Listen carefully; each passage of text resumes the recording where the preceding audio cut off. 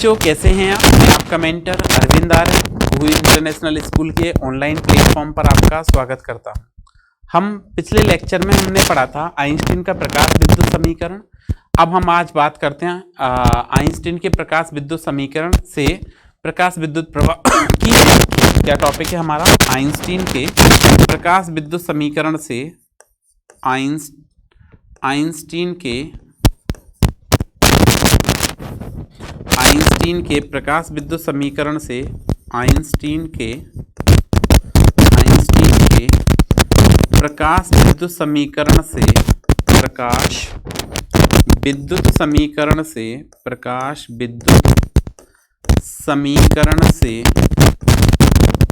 Einstein के प्रकाश विद्युत समीकरण से प्रकाश विद्युत प्रभाव की व्याख्या।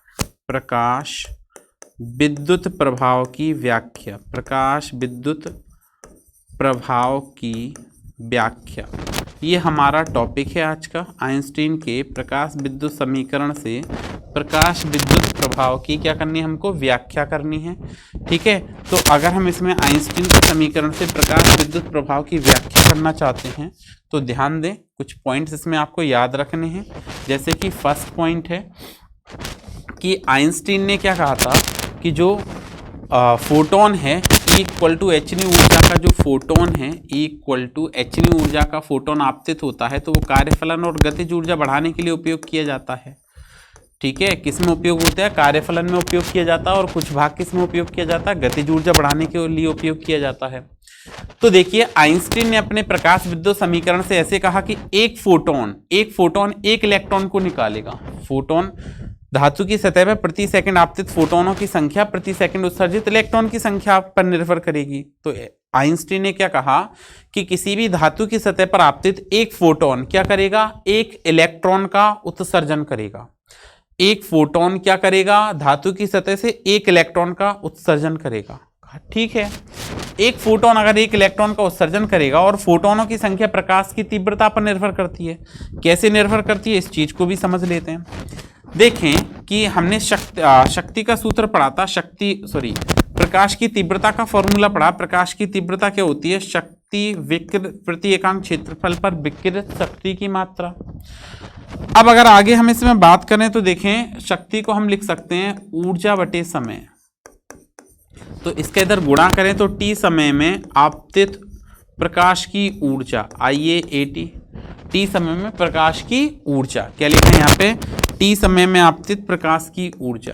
t समय में आपतित प्रकाश की ऊर्जा। आपतित प्रकाश की ऊर्जा।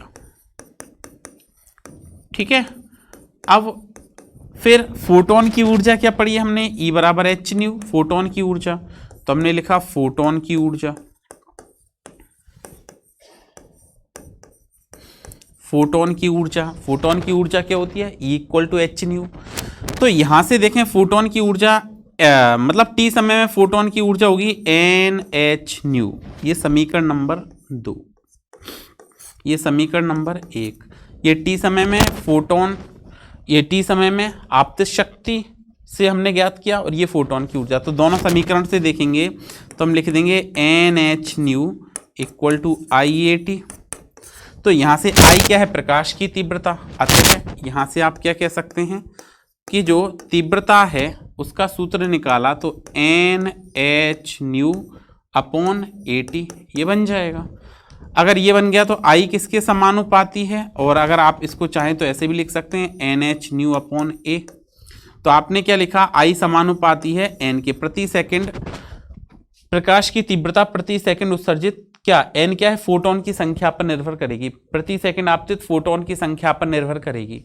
इसका मतलब ये हुआ कि जितनी ज्यादा प्रकाश की तीव्रता होगी उतने ज्यादा प्रति सेकंड फोटोन आपतित होंगे, और जितने ज्यादा फोटोन आपतित होंगे उतने ज्यादा इलेक्ट्रॉन निकलेंगे, और जितने ज्यादा इलेक्ट्रॉन निकलेंगे उतना ज्यादा प्रकाश विद्युत धारा होगी। तो यहां से क्या कंक्लूजन निकला? यहां से कि प्रकाश की जो तीव्रता है वो प्रति सेकंड आपतित फोटोन की संख्या, प्रति सेकंड आपतित फोटोन की संख्या प्रति सेकंड आपतित फोटोन की संख्या पर निर्भर करेगी प्रकाश की तीव्रता। और प्रति सेकंड ये किस पर निर्भर करेगी? फोटोन। प्रति सेकंड उत्सर्जित, प्रति सेकंड उत्सर्जित इलेक्ट्रॉन की संख्या, प्रति सेकंड उत्सर्जित इलेक्ट्रॉन की संख्या, प्रति सेकंड उत्सर्जित इलेक्ट्रॉन की संख्या पर निर्भर करेगी। और जितने ज़्यादा इलेक्ट्रॉन निकलेंगे उतनी ज़्यादा धारा होगी। तो समानुपाती हो जाएगा ये किसके? प्रकाश विद्युत धारा के। किसके समानुपाती? प्रकाश विद्युत धारा के।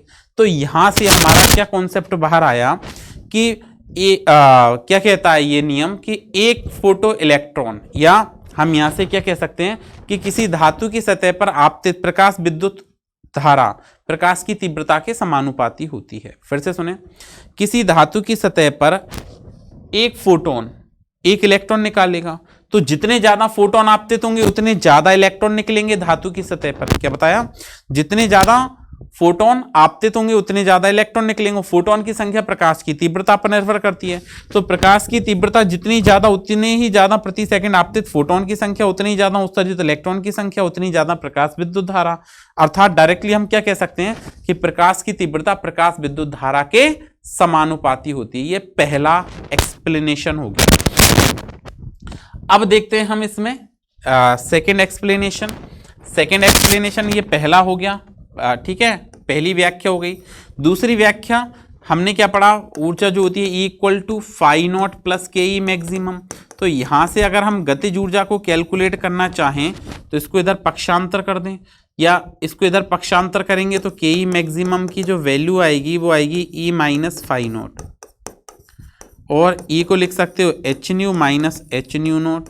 एच को कॉमन निकाल दिया तो यह जाएगा न्यू माइनस न्यू नॉट। मतलब जो गतिज ऊर्जा है वो किस पर निर्भर कर रही है? आवृत्ति पर। ठीक है, तो यदि यहाँ पे हमने कंडीशन लगाई कि यदि न्यू जो है वो new is less than new not, new का मान जो है वो कम है। न्यू का मान क्या है? कम है। किससे? न्यू नॉट से। तो अगर न्यू का मान कम होगा, न्यू नॉट का मान ज्यादा होगा। देखो ये वैल्यू कम है, ये वैल्यू ज्यादा है, घटाओगे नेगेटिव आएगी। गतिज ऊर्जा क्या आएगी? नेगेटिव आएगी। काइनेटिक एनर्जी जो है वो ऋणात्मक हो जाएगी, नेगेटिव हो जाएगी, और जो व्यवहारिक रूप से संभव नहीं है। ये कैसी प्रक्रिया है? असंभव प्रक्रिया है। असंभव प्रक्रिया। कैसी प्रक्रिया है ये? असंभव प्रक्रिया है। तो यदि हम ऐसे कह दें कि new less than new not है, तब गतिज ऊर्जा ऋणात्मक हो जाएगी, और अगर गतिज ऊर्जा ऋणात्मक हो गई तो ऐसा संभव नहीं है। इसका मतलब ये निकलता है कि यदि आपतित विकिरण की आवृत्ति प्रकाश की एक निश्चित आवृत्ति से कम है, दहली आवृत्ति से कम है, तो प्रकाश विद्युत उत्सर्जन संभव नहीं है। फिर से सुने, क्या बताया? यदि आपतित विकिरण की जो आवृत्ति है, आपतित विकिरण की आवृत्ति जो है वो दहली आवृत्ति से कम है। आपतित विकिरण की आवृत्ति किससे कम है? दहली आवृत्ति से कम है, तो प्रकाश विद्युत उत्सर्जन की प्रक्रिया संभव नहीं है। मतलब ये असंभव प्रक्रिया हो गई। कैसी प्रक्रिया हो गई? एक असंभव प्रक्रिया हो गई। ऐसा संभव नहीं होगा। ठीक है, अच्छा, अब देखते हैं आगे नेक्स्ट थर्ड एक्सप्लेनेशन। अगला एक्सप्लेनेशन क्या था कि यदि हम ऐसे कहते हैं कि यदि जो न्यू है वो बड़ा है न्यू नॉट से, न्यू ग्रेटर देन है न्यू नॉट से, तो यदि न्यू का मान ज्यादा होगा किससे? न्यू नॉट से। न्यू का मान ज्यादा होगा किससे? ज्यादा होगा न्यू नॉट से। तो यदि new greater than new not है तब हम क्या कहेंगे कि जो गतिज ऊर्जा है के ई मैक्सिमम है वो क्या आएगा? वो आएगा के ई मैक्सिमम प्रोपोर्शनल होगा किसके? न्यू माइनस न्यू नॉट के। अच्छा, अब ये क्या है? एक निश्चित मान होता है। ये क्या होगा? New knot. दहली न्यू नॉट क्या है? यहाँ पे न्यू नॉट है दहली आवृत्ति। ये क्या है? दहली आवृत्ति है। तो यदि न्यू नॉट तो एक निश्चित मान हो गया, अब प्रकाश की आवृत्ति जैसे जैसे बढ़ाएंगे तो न्यू बढ़ेगा। प्रकाश की आवृत्ति अगर आप बढ़ाओगे तो कौन बढ़ेगा? न्यू बढ़ेगा, और न्यू बढ़ेगा तो हम यहाँ पे क्या कह सकते हैं कि गतिज ऊर्जा बढ़ेगी। इसका मतलब ये हुआ कि जैसे जैसे प्रकाश की आवृत्ति बढ़ाते जाते हैं वैसे वैसे उत्सर्जित इलेक्ट्रॉनों की गतिज ऊर्जा भी बढ़ती जाती है। अर्थात उत्सर्जित होने वाले इलेक्ट्रॉन की गतिज ऊर्जा जो है वो प्रकाश की आवृत्ति पर निर्भर करती है, तीव्रता पर निर्भर नहीं करती है। ठीक है, नेक्स्ट फोर्थ एक्सप्लेनेशन देखें। नेक्स्ट फोर्थ कंडीशन क्या है? फोर्थ कंडीशन में हम ऐसा कह सकते हैं, फोर्थ कंडीशन में क्या कह सकते हैं कि यदि जो प्रकाश विद्युत उत्सर्जन में किसी धातु की सतह पर एक पर्याप्त मात्रा का फोटोन आपतित करवाया जाए, क्या बताया? यदि प्रकाश विद्युत उत्सर्जन में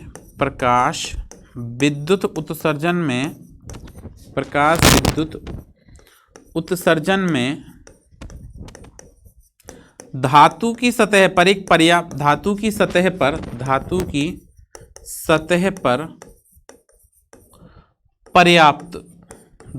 सतह पर पर्याप्त ऊर्जा का फोटोन आपतित करवाएं, पर्याप्त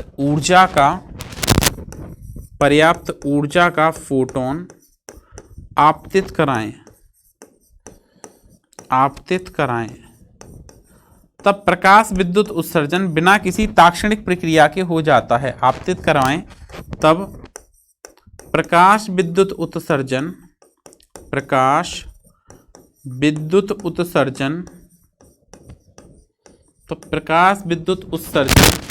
बिना किसी कालपश्यता के संभव है।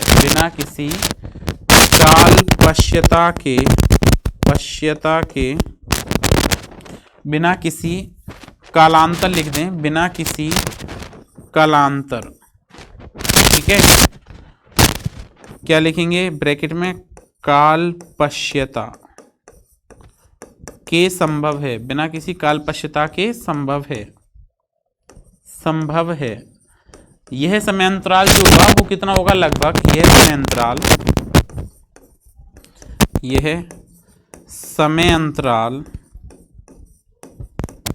10⁻⁹ सेकंड या उससे कम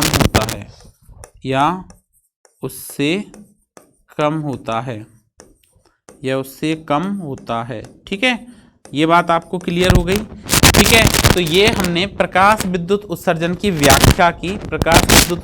व्याख्या की आइंस्टीन ने। क्या? फिर से सुन लो। एक प्रकाशिक इलेक्ट्रॉन को उत्सर्जित करवा सकता है, तो किसी धातु की सतह पर प्रति सेकंड आपतित प्रकाशिक इलेक्ट्रॉन की संख्या या किसी धातु की सतह पर प्रति सेकंड आपतित फोटोनों की संख्या किस बात पर निर्भर करेगी? प्रकाश की तीव्रता पर। जितनी ज्यादा तीव्रता उतने ज्यादा फोटो इलेक्ट्रॉन आपतित होंगे, उतने ज्यादा प्रति सेकंड धातु की सतह से इलेक्ट्रॉन बाहर निकलेंगे। तो हमने क्या कहा कि प्रकाश की और उतनी ज्यादा धारा प्रवाहित होगी। तो हमने क्या कहा? प्रकाश की तीव्रता प्रकाश विद्युत धारा के समानुपाती होती है। पहला एक्सप्लेनेशन। दूसरा एक्सप्लेनेशन क्या दिया कि यदि न्यू का मान छोटा है न्यू नॉट से, तो गतिज ऊर्जा ऋणात्मक प्राप्त हो जाती है, और ऋणात्मक प्राप्त होती है तो ये एक असंभव प्रक्रिया है, ऐसा पॉसिबल नहीं हो सकता है। अर्थात हम ऐसे कह सकते हैं कि आपतित विकिरण की आवृत्ति एक निश्चित आवृत्ति से अधिक होनी चाहिए, अन्यथा प्रकाश विद्युत उत्सर्जन संभव नहीं होगा। और इस आवृत्ति को हम क्या कहते हैं? दहली आवृत्ति कहते हैं। कौन सी आवृत्ति कहते हैं? दहली आवृत्ति कहते हैं। फिर देखो कि यदि जो आवृत्ति की मात्रा है वो दहली आवृत्ति से ज्यादा है, आवृत्ति यहाँ पे न्यू की वैल्यू क्या है? ज्यादा है। किससे ज्यादा है? न्यू नॉट से ज्यादा है। तो यदि न्यू की मान ज्यादा है किससे? न्यू नॉट से, तो देखो क्या होगा यहाँ पे कि न्यू एक फिक्स मान होता है। न्यू क्या होता है? कांस्टेंट वैल्यू होती है, एक फिक्स मान होता है।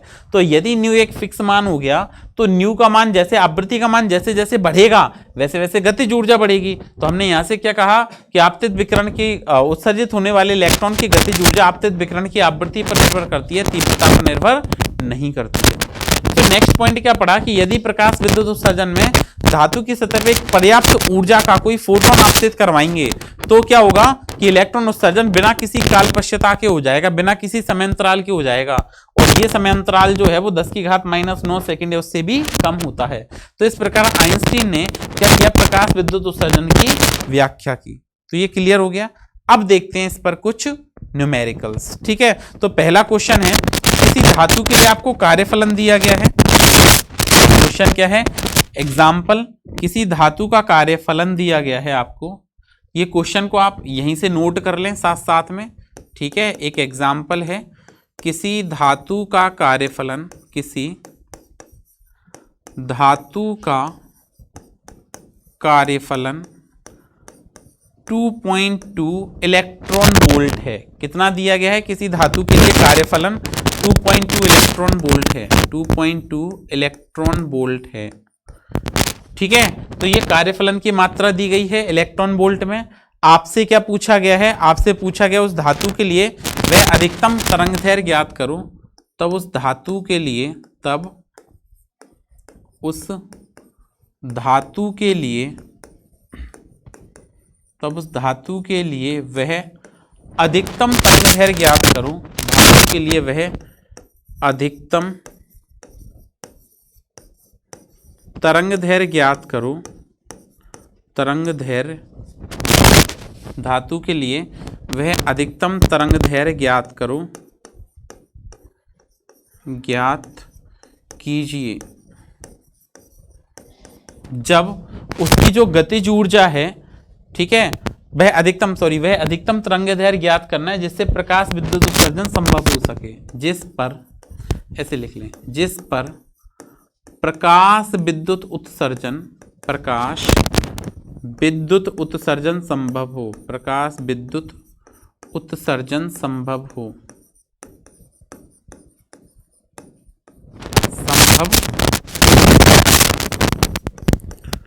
ठीक है। ये आपको क्वेश्चन पूछा गया है, आपकी बुक का ही क्वेश्चन है, ये अच्छा क्वेश्चन है, समझें इसको। देखिए, आपको ऐसा कहा गया एक धातु है, धातु के लिए कार्यफलन दिया गया है 2.2 इलेक्ट्रॉन वोल्ट। तब उस धातु के लिए वह अधिकतम तरंगदैर्घ्य ज्ञात करना है जिस पर प्रकाश विद्युत उत्सर्जन संभव है। ध्यान दें, सबसे पहले आपको इसमें गिवन लिखना है। दिया क्या क्या गया है? दिया गया है आपको सबसे पहले इसका कार्यफलन फाई नॉट, वो कितना है? 2.2 इलेक्ट्रॉन वोल्ट कार्यफलन हो गया। फिर आपसे क्या कह रहे हैं? धातु के लिए अधिकतम तरंगदैर्घ्य ज्ञात करना है, मतलब लैम्डा नॉट ज्ञात करना है, ठीक है, जिससे प्रकाश विद्युत उत्सर्जन संभव हो सके। तो कार्यफलन का हमने फॉर्मूला पढ़ा था, फाई नॉट इक्वल टू, आपको बताया था, एच न्यू नॉट। अब इसको हम लिख सकते हैं H C by lambda naught. आगे सॉल्व करते हैं। तो देखिए, हम अगर इसको आगे सॉल्व करेंगे तो यह जाएगा, फाई नॉट की वैल्यू क्या है? 2.2 इलेक्ट्रॉन वोल्ट है, ठीक है। एच सी की वैल्यू क्या है? एच सी की वैल्यू होती है 6.63 इंटू 10 टू दी पावर -34। आपको बोर्ड में इसी प्रकार से सॉल्व करना है पूरा क्वेश्चन, वैल्यू रख के, डिवाइडेड बाय लैम्डा नॉट। अब देखो, ये इलेक्ट्रॉन वोल्ट में है इधर, और अगर इसको भी हम इलेक्ट्रॉन वोल्ट में कन्वर्ट कर दें, इसको इसमें कन्वर्ट कर दें, इलेक्ट्रॉन वोल्ट में कन्वर्ट कर दें, तो सॉल्यूशन हो जाएगा।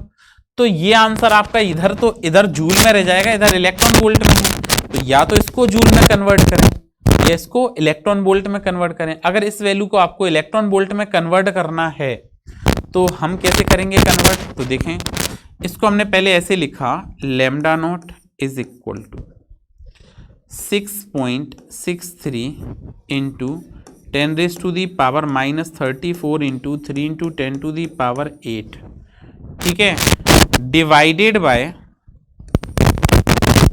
2.2।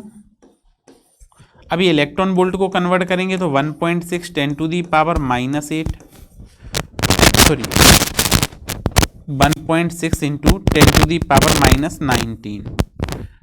थोड़ा सा हम आपको इसको सिंपल बना देते हैं सॉल्व करना। देखिए, 2.2 आपने लिख दिया इंटू 1.6 10 टू दी पावर -19, ये कन्वर्ट हो गया जूल। अब ऊपर भी जूल में, यहाँ भी जूल में, ये आंसर आएगा आपका मीटर में। आंसर किस में आएगा आपका? मीटर में। अब अगर आप इसको मीटर को एंगस्ट्रॉन्ग में कन्वर्ट करना चाहते हो तो हमने पढ़ा था ऐसा, मैं यहाँ लिख देता हूँ कि 1 एंगस्ट्रॉन्ग इक्वल टू कितना होता है? 10 टू दी पावर -10 मीटर होता है, ठीक है। अब अगर आप इसको मीटर को एंगस्ट्रॉन्ग में कन्वर्ट करना चाहते हो तो 1 metre equal to 1/10 to the power -10 metre हो जाएगा। तो या तो मैं -10 से मल्टीप्लाई कर दूं नीचे की तरफ, तो हमने इसको आगे सॉल्व करने के लिए ऐसे लिखा ये हो जाएगा मल्टीप्लाइड बाय 10⁻⁻10। तो अब ये मीटर से आपकी वैल्यू किस में कन्वर्ट हो गई, एंगस्ट्रॉन्ग में कन्वर्ट हो गई। ठीक है, किस में कन्वर्ट हो गई, एंगस्ट्रॉन्ग। इतनी बात क्लियर हुई। अब आसान हो गया सॉल्व करना। कैसे आसान हो गया, इतने पार्ट को आप डायरेक्टली क्या लिख सकते हैं, इतना जो पोर्शन है, इस पोर्शन को अगर आपने बेसिक थोड़ा सा पढ़ा था तो इसको मैं लिख सकता हूँ 12400। क्या लिख सकता हूँ, पोर्शन को हम 12400। बस अब आपको इतनी कैलकुलेशन करने से बचना है। ये याद रखना है कि इतने इस सेक्शन की जो वैल्यू होती है वो ये होती है एंगस्ट्रॉम में। ठीक है, डिवाइडेड बाय 2.2 एंगस्ट्रॉम में आपका आंसर यहाँ से मिल जाएगा। ठीक है, अगर हमने इसको सिंप्लीफाई किया तो सिंप्लीफाई करने के लिए पहले डेसिमल हटाना पड़ेगा। तो यहाँ से दशमलव हटाया, ऊपर एक जीरो बढ़ जाएगा। ठीक है, तो लैम्डा नॉट आ जाएगा आपका कितना, 62000/11 एंगस्ट्रॉम। डिवाइड लगा के फाइनल आंसर ले आए। तो हमने डिवाइड दिया जब, तो 11 का आपने डिवाइड लगाया इसमें, किसमें, 62000 में। ठीक है, तो पहले 5 टाइम्स जाएगा तो आपका लैम्डा नॉट आ जाएगा आपका 5। ठीक है, 55 हो गया, ये हो जाएगा 70, फिर आ जाएगा आपका 6। ठीक है, फिर 40 हो जाएगा, फिर 3 टाइम जाएगा 33, 70 हो जाएगा, फिर 6 टाइम जाएगा तो 5636 पॉइंट। ठीक है, 40 हो जाएगा फिर से तो 3। ये आपका फाइनल आंसर है। जो मैक्सिमम वेवलेंथ होनी चाहिए वो होगी 5636.3। ठीक है, इतना ये आपका एग्जैक्ट आंसर आएगा। ओके, तो आपको समझ आया इस टाइप का क्वेश्चन आपको कैसे सॉल्व करना है ना। इतना पढ़ के आइएगा, कल फिर से मिलेंगे एक और नए कॉन्सेप्ट के साथ। तब तक पढ़ते रहिए, सुरक्षित रहिए, धन्यवाद।